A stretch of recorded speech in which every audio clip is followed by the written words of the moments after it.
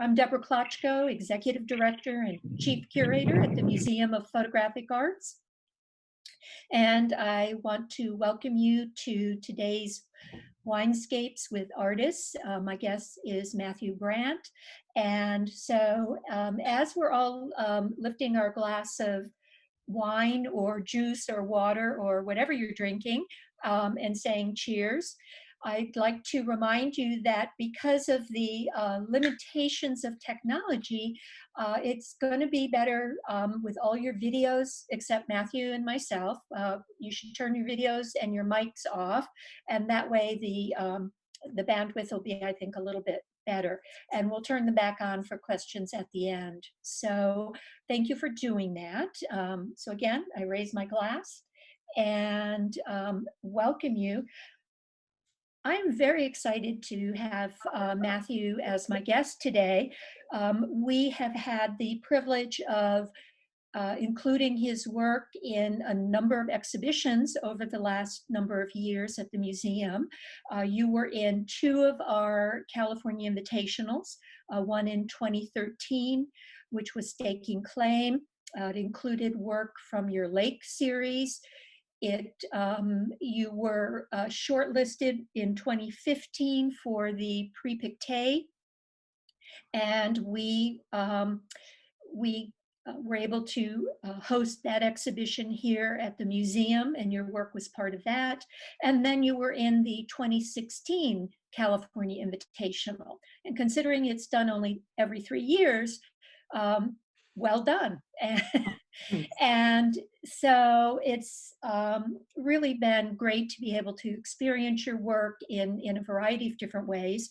And so there's a number of things I want to talk about, and one is certainly the rich diversity of your work, at least in terms of how it appears physically. But I think it's also going to be important for people to engage with your work if they understand a little bit more about your background. I know that your father was a commercial photographer and you grew up sort of helping and assisting and decided that wasn't what you wanted to do. You decided to go to Cooper Union and in New York City. What were you studying at Cooper Union? Well, I think they're pretty famous for not having disciplines, or at least they try to set it up. But I kind of tended with the classes that I took, that's where I first started to do photography, photography and sculpture mostly together. But I was like showing photographs in sculpture class. So for me, that was more interesting than showing them in a photography class, it seems. Getting everybody to think a little bit outside their comfort zone, it sounds like. Yeah. And then you came back to California and went to the graduate program at UCLA. Who were you studying with there?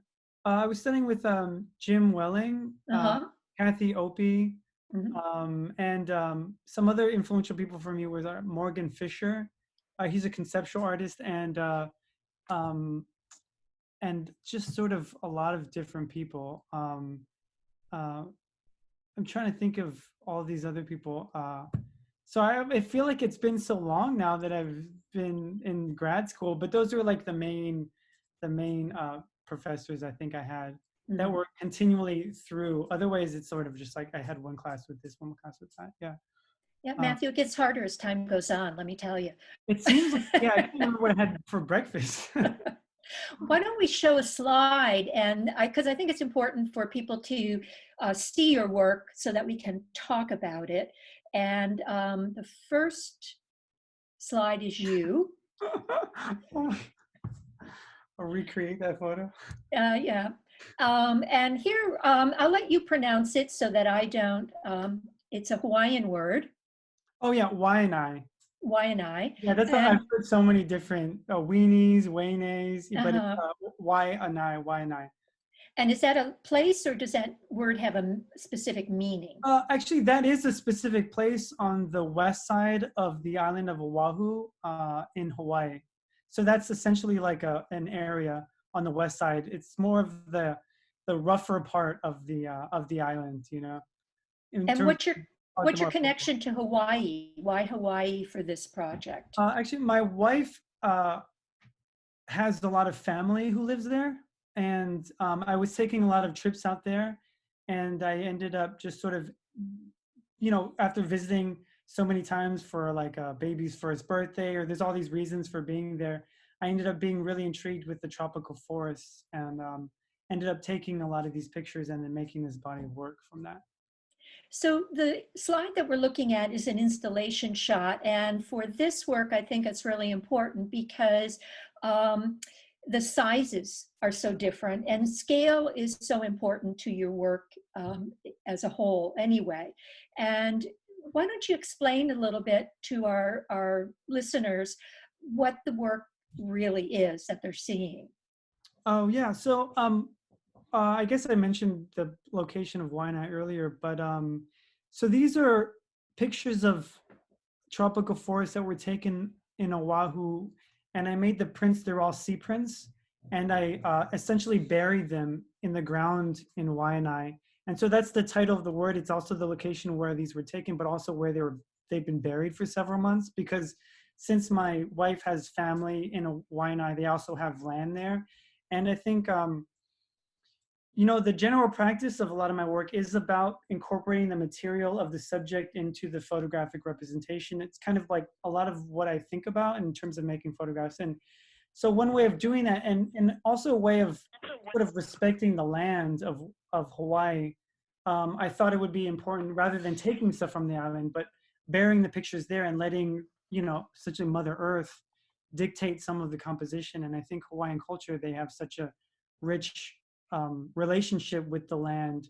And I think it was sort of a way to talk a lot about that, if that makes sense. Yeah, and we don't have a slide of it, but the first time your work came to my attention was with the lake series, where you were photographing lakes, and they were all California-based lakes. Is that correct? Actually, Western United States. Western United States, and then using the water from those lakes to actually process the images. Mm-hmm. So that kind of engagement. And then even before that, you were doing portraits and then incorporating the individual's body fluids in that. So there was always this connection, whether it was the portraits or later on dealing with the environment itself, to integrate it into the process. And in a way, I find that really intriguing, because it's exactly, if you want to abstract it a little bit more, photography was invented because artists and scientists wanted sunlight to make the image itself. They wanted to do away with having to trace with the camera obscura or the camera lucida, and they were interested in getting this nature, in this case the sun in the beginning, to make the image. And here you've gone and you've involved the environment or the individual early on with the making of the image. So these works are one of a kind. And do we have a close-up, or what is the next slide? Oh, that's actually the area where it's been buried, and that's actually May's cousin Bells, who helped me bury them. They really, it was kind of interesting trying to convince them to let me bury stuff on their land. They thought I was burying evidence in the beginning, because this is before me and May were married, and I was just some weird guy burying stuff in their yard. And so what you do is you would roll up the art, the image, and how long would it be in the ground? It really depends. It wasn't very sort of scientific in nature. It was sort of when I was there, but sometimes it's 2 or 3 months. But then right before an exhibition, I would go there more frequently, and it's nice to have a vacation flying to Hawaii to work, because it was always a nice thing. But it usually months, but honestly, I even just picked some up towards the end of last year that have been there for several years, which completely deteriorated. So I'm sort of, it's really depends on what it is, I guess. So can we have the next slide also of this? Yeah. So here we see it a little bit closer, where you can see where the soil and the water and probably the chemicals and insects have really worked away at the surface of the image. and And there's also transformed ways it. too. I started to do, I realized that if I roll them with different materials, it would indent some of the materials like mesh onto the images. So I started to do them in burlap originally because that was some like burial materials that they used in the past. But then I started to do it with lace. So that's why you also get some of the fabric textures. So you have these beautiful floral lace patterns and things that also penetrate the surface.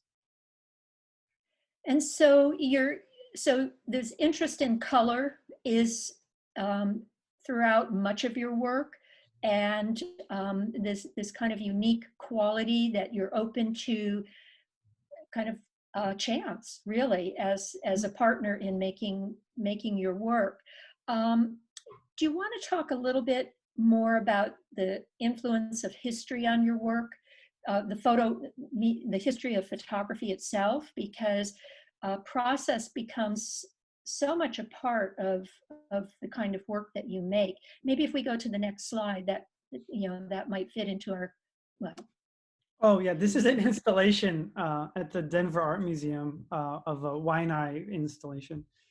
So some of the works feel almost like totems. And for you, does Hawaii have that kind of soul, that sensibility where the land and what's going on is very connected?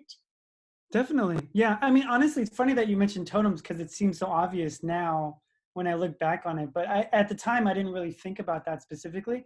It's just sort of the way that I rolled the paper and the earth penetrated certain sides of the print that created this sort of like bulbous totemy feel. But I love it. Maybe there's something universal about that. Maybe that's how original totems were made, or I don't know. But I feel like there is a formal language that is connected to certain crudeness maybe, or symmetry or something. But I'm glad you brought that up. Thanks.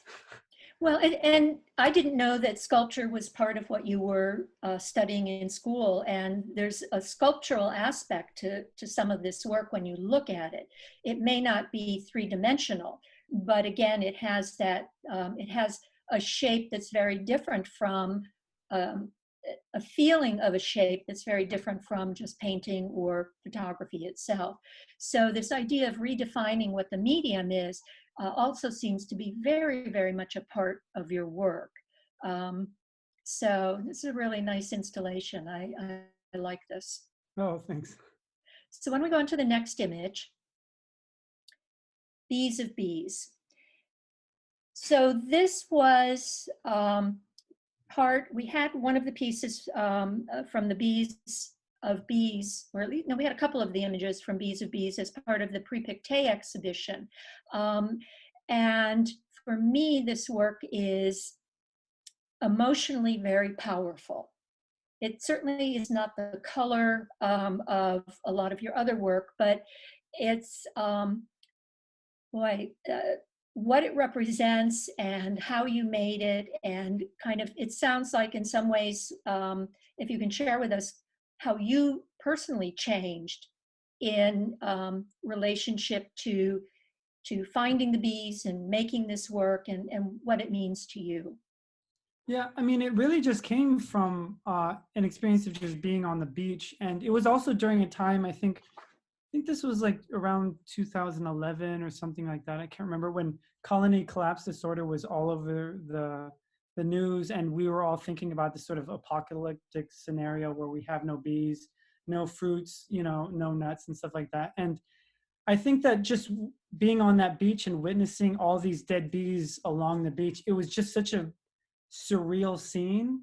And I felt like I just needed to somehow capture that. So I just collected all the dead bees and just had them. And I think a lot of that experience of that surreal moment of being there on this beach where you never see bees, but it was literally like hundreds of bees on the beach. I mean, just imagine that. It's a very weird moment. And I guess that kind of experience infused some of the inertia to make this work and create that situation where, for me, it was important for someone to see an image of bees when they look far away, but then when they walk up close to the work, they realize it's actually made out of bees. So there's that image real moment that happens, and a certain realization that kind of hits you, I think, Mm-hmm. was some of the meaning of the work. And knowing that these are made out of actual dead carcass bees and things like that is I think is even another powerful thing. It's kind of a sacrificial, if you will. But I didn't kill any bees, but these were all collected just to let anybody know that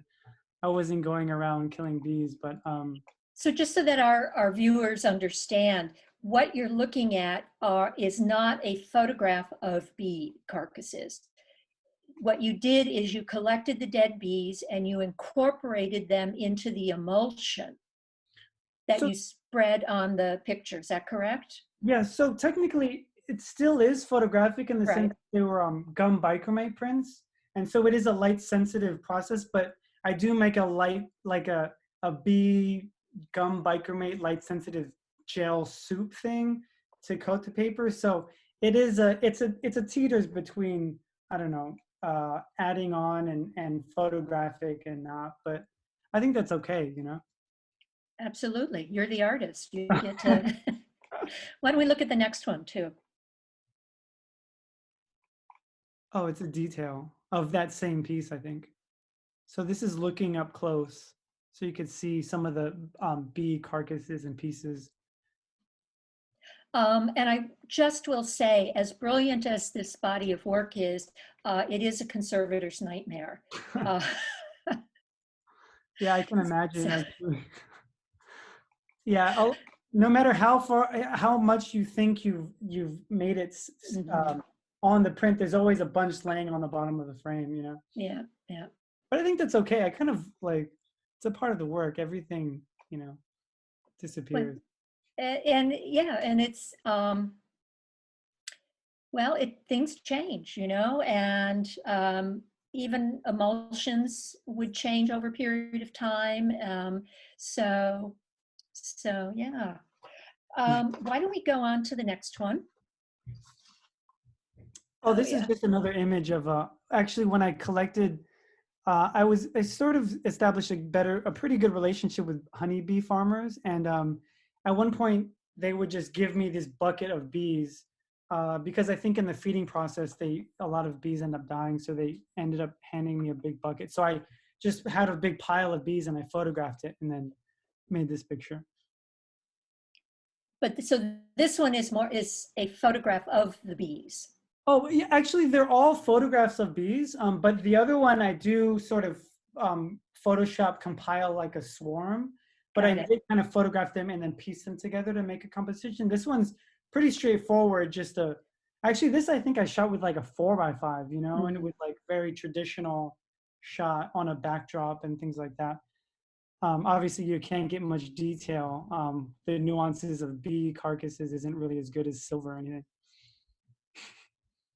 No, that's why it went the other way with silver Yeah. based processes, I think. So let's go on to the next series. This is one I really wanted to talk to you about, 1864. And again, there's so much that touches on the history, number one, but then also the history of photography. And I thought this would be a good series to talk about how you, well, as you look at where the other two projects that we talked about, and now this one, at first glance, they seem very, very different. So can you talk about what your inspiration was for starting this project, 1864?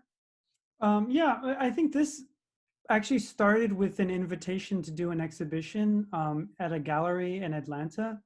And so, sort of before even thinking about this work, I was thinking about Atlanta and visiting it and sort of thinking about what could I make for an Atlanta exhibition. And I started to learn more about I guess, Civil War photographs. So the Mhm. title 1864 is actually the date that these original photographs were taken by George Barnard. Um, and he photographed Atlanta during the Civil War. And so it's essentially photographs of a war-torn Atlanta. And also at the time, I made this exhibition, it was 2017. So when I was working on it, I think it was recently when Trump got elected. And I think thinking about this kind of civil unrest, and I feel like the country felt very divided. Mhm. It seemed like it made sense to look into the Civil War. And I think there was a combination of a lot of things, photographic history, looking at, because I think I was just researching Atlanta, and then all these George Barnard images were coming up, and then sort of looking into that and then think about the Civil War. So it's all very organic.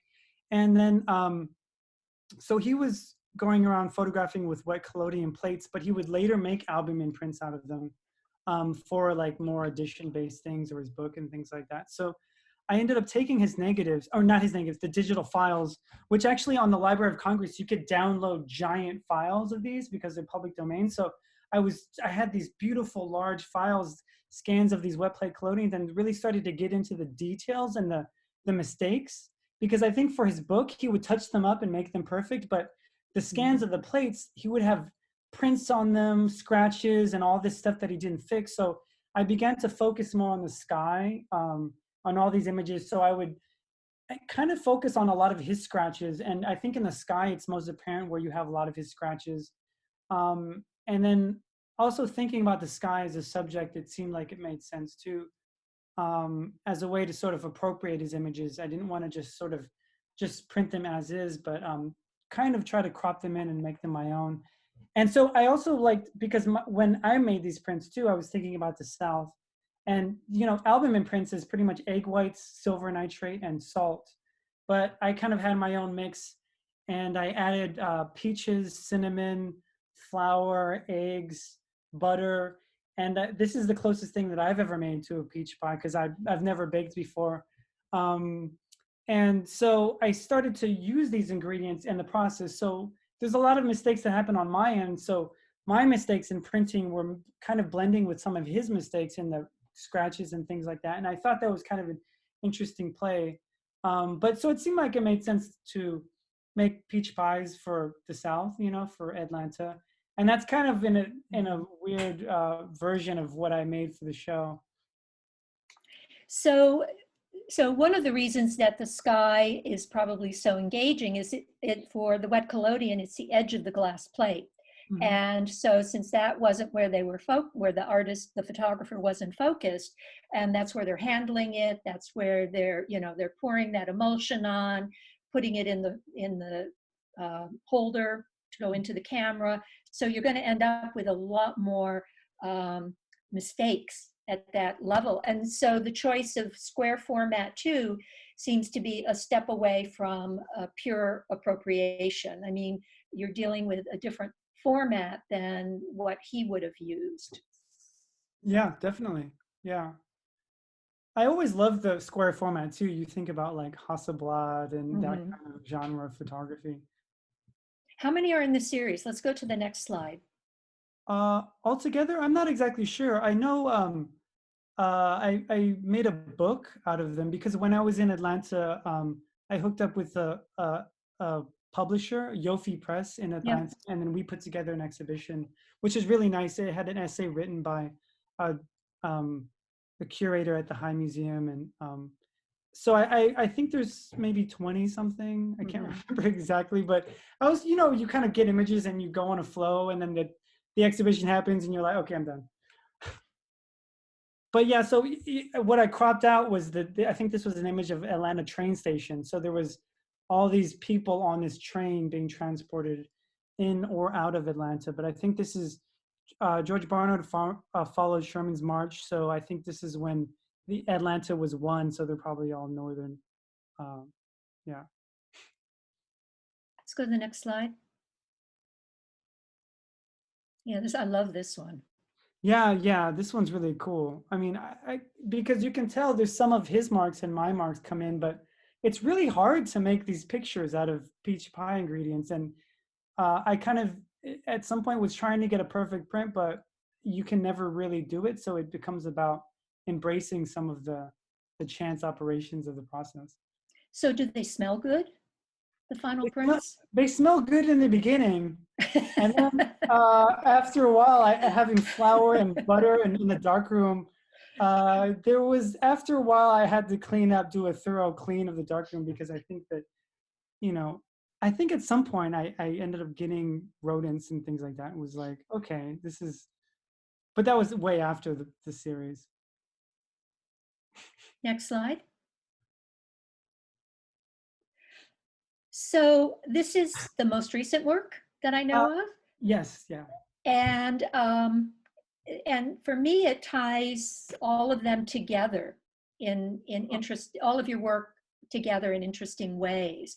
And let me try and pronounce this, Vatnajökull. Yeah, that's really good. Yeah, Vatnajökull. I mean, I think I know it's it's Icelandic, and I think it seems pretty good. Well, thank you for that. So why don't you tell us about this series? Well, this body of work, yeah, like you said, is the most recent series, and actually, it's an exhibition that opened in March. So I put Good this together. timing. Exactly, it was very weird. I put this together, and I knew that this show would sort of not be seen, so it was kind of liberating also to put together an exhibition for. It's just me, the dealers, and the hangers who are going to see the show essentially. So it was kind of I could be more open with decision making for where things hung, and it seemed less uptight. But it was also very strange at the same time too. But these are images of I took in Iceland of icebergs, and actually Vatnajökull is the name of the largest glacier in iceberg, which these icebergs eventually broke off of, and they flowed into the ocean. So these are pictures of icebergs, and these prints are sea prints that have been burned.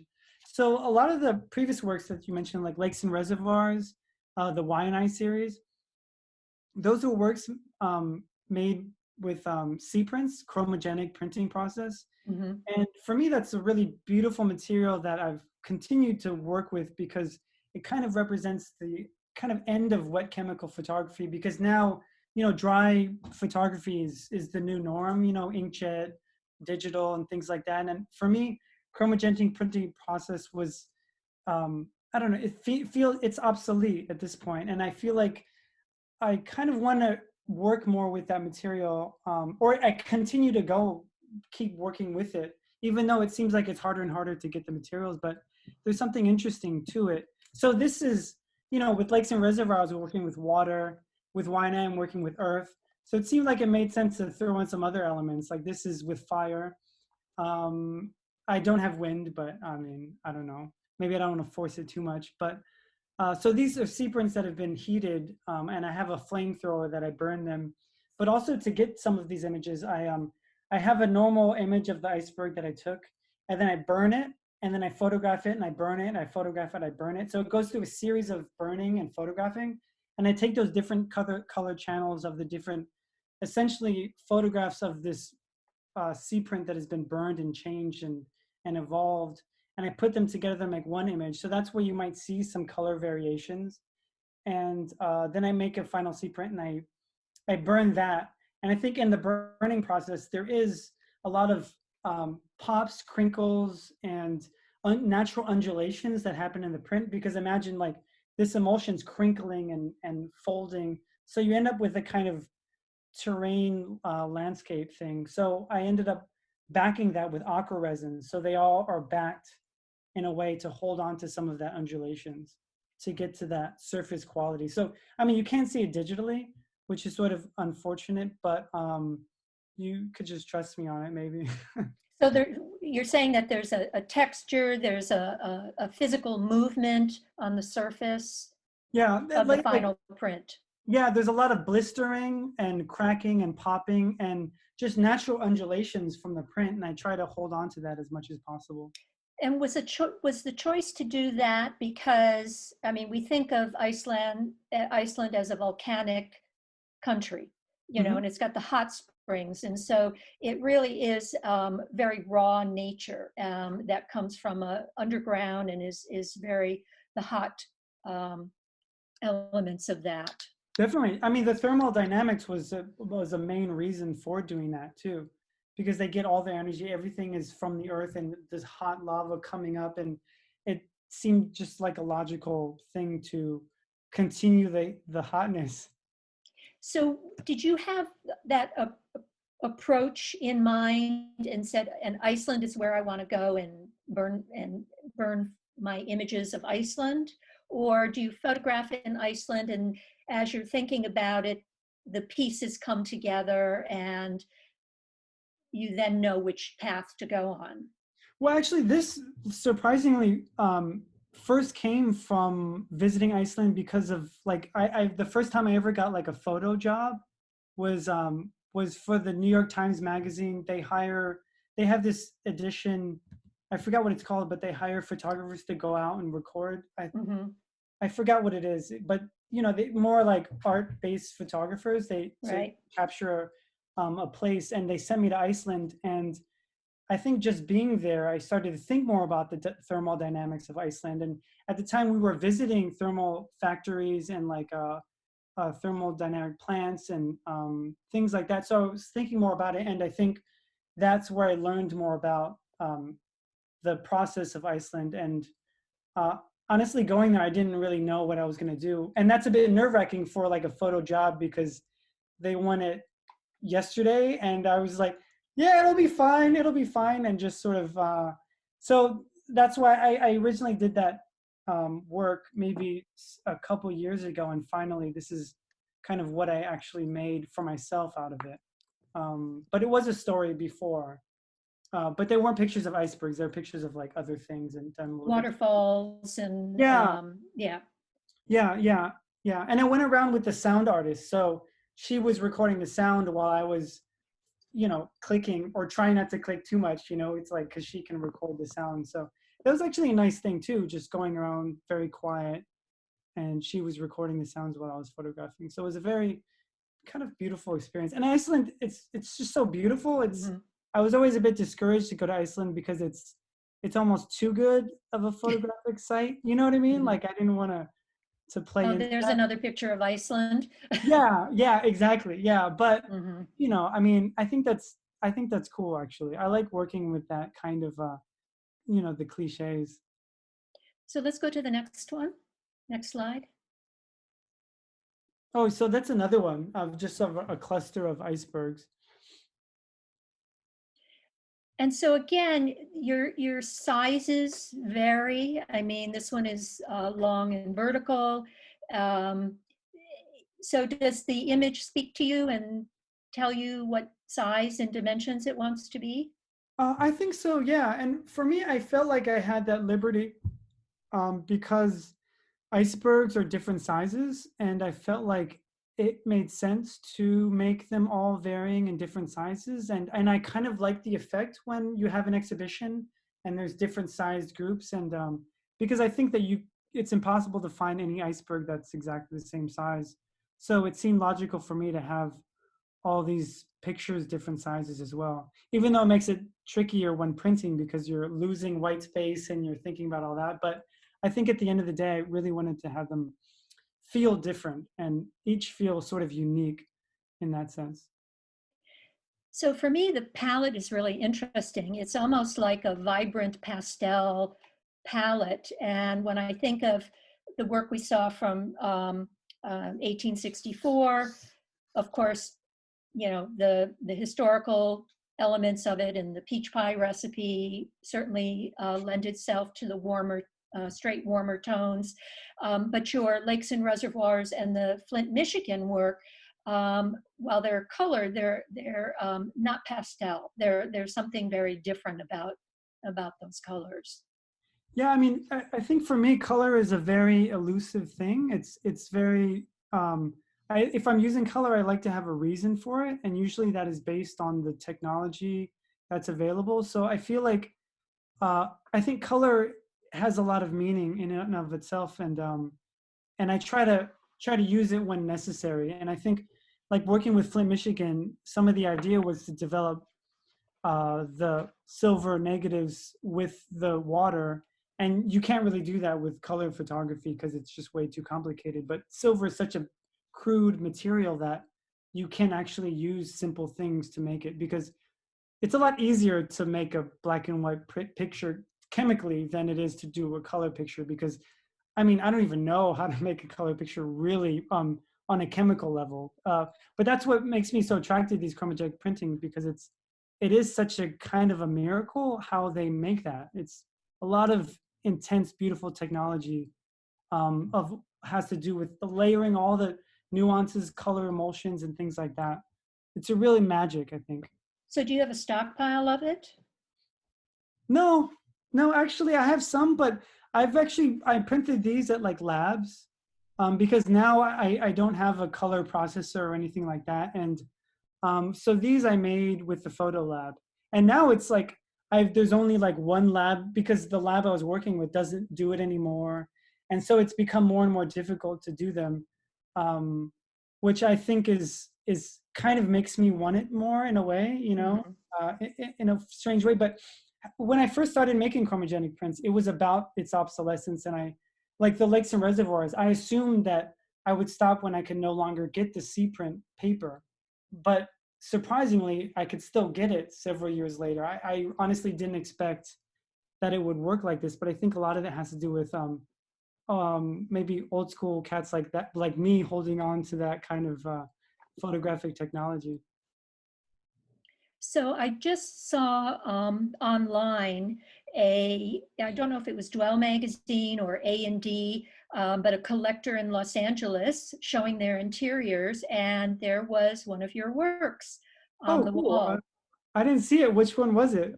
You know, I'll go back and look. I was trying to do a quick look. I'm pretty sure I did a screen save of it. Oh, nice. And but I know that work, and it looked quite wonderful. So oh no, I love that. I love being able to see it. Like I think I don't know. At one point, I was collecting like different scenes where those images were, because it's nice to know where they go and how they exist and where they live. And so yeah, let me. I will check on that and get that to you later. oh yeah, I mean, I would love to see it. Yeah. I'm pretty sure I got a screenshot of it. I just have to find it. So can we go to the next slide, please? Oh, so this one you can see where it just really got burned a lot more, where there's cracks and separated the emulsion. Yeah, sometimes it carbonizes and then it doesn't necessarily melt. It just sort of hardens and gets more and more intense. Yeah. And then I think we have another slide which shows you working in a darkroom. Yeah. Oh yeah, that's just someone texted that to me, and it's like the only image I have of me actually working on it. But yeah, so I have like a propane flamethrower that I sort of work the back and then I work the front, and the back ends up looking like a very big like naan bread, you know. It's like very burnt and crispy. But and then, you know, I have to dry it off. I mean, so I have to spritz it to sort of control it from burning too fast. And I'm sort of learning some of the tricks of burning C prints, but obviously I have to wear a respirator because. And what are you going to do with that knowledge? I mean, how many times? Yeah, I know. Well, I'll just move on. Yeah. I mean, that's the funny thing too, is once I work with a lot of different processes, and once you learn something too much and you can expect what to expect, it doesn't become interesting anymore. And it's time, I think, to move on. And I think once I can start to predict the moves too easily, I think that's when I start to lose interest, I think, personally. So are you beginning to think about a new project at all? Or I know we live in interesting times. So is Yeah. it just a break time for you? I mean, it is a bit of a break time, but there are some like exhibitions coming up that I started to think about. I've now been I got a glass kiln, so I've been, you know, thinking about expanding this idea of photography a little bit further from, you know, the prints, but also thinking about the glass as a lens and the lens as a material, and thinking about that. I'm kind of rattling around in my brain, so I've been working with some glass. I don't think you want to call them prints, but, you know, doing things with glass. And I recently learned about, I'm doing an exhibition at a Forest Lawn Museum, and I learned that they had a Michelangelo, or a replica of David's, that fell over. And I'm trying to talk with him, and maybe I can get some of that sculpture and make a work with a broken David. which I'm really excited about, but there's a bunch of insurance things to go through Mhm. that I don't know if it's going to go through, but we'll see. And there's an exhibition at Ararta Museum in St. Petersburg, and I'm working with birch trees because, Russia, not Florida. oh yeah, sorry, yeah, in Russia, yeah. But yeah, I went there, visited and photographed birch trees, and I've been working with birch, plywood and Mhm. birch material and gold leafing. I feel like it kind of makes sense with St. Petersburg. I'm still working on a lot of different things, but I mean, we'll see what sticks. But you're right. I feel like now I'm just sort of hunkering down, honestly, and I don't know. It's not. It's sort of just to try to clear the mind and kind of get through all of this too, because you're right. There is a lot of something very big is happening, and I don't want to rush trying to make something of it, but just it's important to process it. Yeah. Well, I want to thank you. This has been, for me, a wonderful journey through your thought process, your work. There's many more bodies of work, I know, but I thought it would be better to focus in on a few of them to help people understand sort of how you make them, what you're thinking about, what you do. And so what I'd like to do, if anybody has any questions, now would be, I think, a good time. Um, do you have some other things you'd like to say, or? No, no, I think that was a really great selection. Thank you for choosing them too. Um, that was good. Nice blend. And since it's Well, a wine party, you maybe can I pair it know with another blend if you want to. we could a blended wine. Well, I also wanted to three of the four. I had experienced definitely two of them in person, and the new work I really wanted to from Iceland. I wanted to talk about. And again, 1864, I was fascinated with kind of what you were doing with that and what was going on with that. Is the book for that still available? Yeah, I think so. I think it's through Yofi Press. Okay. I think I have some extras. Maybe I'll just send you one too. Well, the Um, museum would love it for the library. okay, yeah, sounds good. I'll put it on my to-do list. Yeah. Okay, for No, but I'm glad you brought 1864 up too, because it's not a project that I feel like I get asked a lot about either. You know what I mean? It's sort of, or maybe that's not true, but I feel like it's a nice contrast to a lot of these sort of more crazy, vibrant color things too. And yeah, so thank you. yeah, but the process side of it, the connection to, I think there's a stronger connection to history. Um, but while the others feel like they're a little bit more connected to nature, environmental issues, land and landscape. And but as I think the message that I'd like to leave with people, as at first viewing, as diverse as your various bodies of work may look like, they're so intimately connected and that's what makes your overall body of work so impressive Oh, and thank so you. strong. No, So, thank you. Thank you. Yeah, I try my best. and you do very well with it. Do we have any questions? I have someone on the iPhone, which I'm going to guess is John Mullen. John, do you have a question? Yes, I had an interest in obtaining the copyright from the Library of Congress to use an image, or is that a non-issue? I don't think that that's an issue because I just download it, and I think because it's so old, or I don't know, I think it's seemed Because fine it's with in me. the I didn't. it's in the public domain, so Yeah, you yeah. actually don't need a copyright. I think the Library of Congress would like it if you recognize them, but it's not a requirement. So, Yeah, so interesting. The other question, I really like how Matthew pushes the boundaries of photography. When you bury an image, by any chance do you have a copy of what it looks like before nature had the impact on the image? Yeah, for sure. I have like the files and the images that I originally took. So they do start, yeah, as a normal picture, but I definitely have a reference of how it looks. But usually it looks way better after because, they're like straightforward photographs. Well, thanks very much. Oh no, thank you. Thanks. um, Anybody else with a hand raised? Honey. Go ahead. Okay. Hi, Matthew. This was wonderful. You know, it just means so much more now knowing the background behind everything. I've seen some of your work, but the explanations really make it more meaningful now that I know what it's about. So thank you for that. And I've always wanted to go to Iceland. So of course my eyes lit up when I saw those. But I want to go back to the beginning of this talk because I read a lot of astronomy.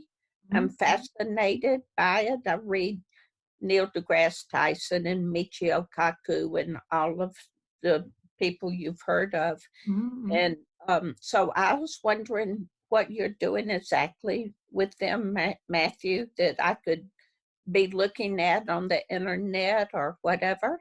Oh yeah, so it was a project done with Lapis Press and with the Carnegie Institute. And Carnegie, they house all the glass negatives that were taken at Mount Wilson. Like they have the famous Hubble image that he discovered that the universe was expanding. You know, the one that says VAR on it. So I went there and ended up being really fascinated with their archive. And I collected boxes, cardboard boxes that's once held a lot of these glass plate negatives. And I ended up punching holes in them that correspond to images in the archive and holding them up to the sun and then photographing them. So you end up having, imagine a cardboard box. Sorry, I'm like trying to, imagine a cardboard box with a bunch of holes punched in it, but I hold it up to the sun. So you have all these lens flares. And that's essentially what the images are of. Sorry, I wish I could show you, but I wonder if you can just Google Matthew Brandt Lapis or Carnegie Institute. Okay. But yeah, that's sort of in essence what I did and collaborated with them on the project. And they seem to be very open and such a like great institution to work with. Yeah, I mean, so that's that one project. But I've done some other things with astronomy-based work. So I think that's why they invited me to go over there. Okay, thank you. And No, thank you so much. for this today. It was wonderful. Thank you. Okay, is there anybody else that wants a question?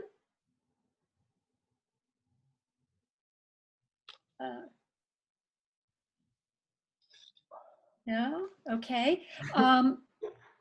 Robert, I'm sorry. Matthew, one of the things that I've been wanting to do, and it'll have to wait till after the new normal, we'd love to come and visit you in Los Angeles with a collectors group. And start working and practicing on those real peach pies and the baking. And Matthew, I'm from Georgia, so I related. Oh, great. That's awesome. Well, I don't know if I can, I'm a little scared to make a peach pie now. Well, you know, baking is just like working in the darkroom. You know, you're putting stuff together and instead of just running it through the chemical, you put it in the oven and you can eat it afterwards. So, yeah. So I just want to raise my glass and please join me in thanking Matthew for being our guest. And I invite you all to next week's Winescape with Artists. And our guest next week will be Michael Kenna, who will be talking with us. So again, thank you, Matthew. Thank you. Cheers, click. And thank you, Deborah. Thank you. Thank you, Deborah. Bye. Bye-bye. Bye, everyone. Thank Bye, you. everybody. Bye. Bye. Bye-bye.